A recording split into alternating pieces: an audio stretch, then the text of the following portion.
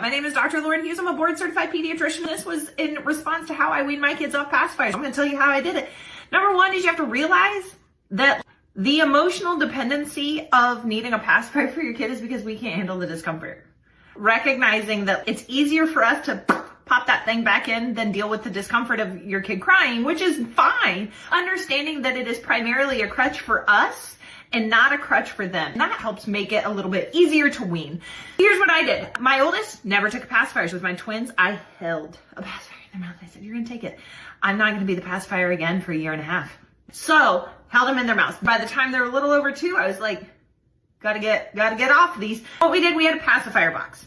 And we would deposit those in the morning when we woke up, or after we woke up from nap, we would drop them back in the pacifier box. Then, whenever we go to bed, we would take one out. We'd pop out a little pacifier. My kids had one in the mouth, one in each hand, and we would rotate. I thought about all the options. I was like, we could bury it in the backyard. What if they want to go dig it up? We could mail them to the dentist or to the tooth fairy or whatever. What if they ask for them back? We could cut them off and say they're broken. What if that doesn't work? What I did was I took myself as the problem out of the equation. I threw them all away. One day when all the kids were gone, rounded up them passies all over the house. I found every single one. I threw them away.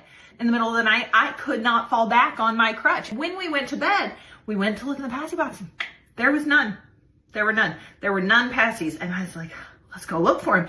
We were all bewildered. I was like, let's go look under the couch. We were on the same team. Was it a lie? Kind of. It worked. We all looked for them. We couldn't find them. My daughter was like, I guess we got 990 passy. I was like, I guess that's it. And that was all we did. And then it was done. Bye.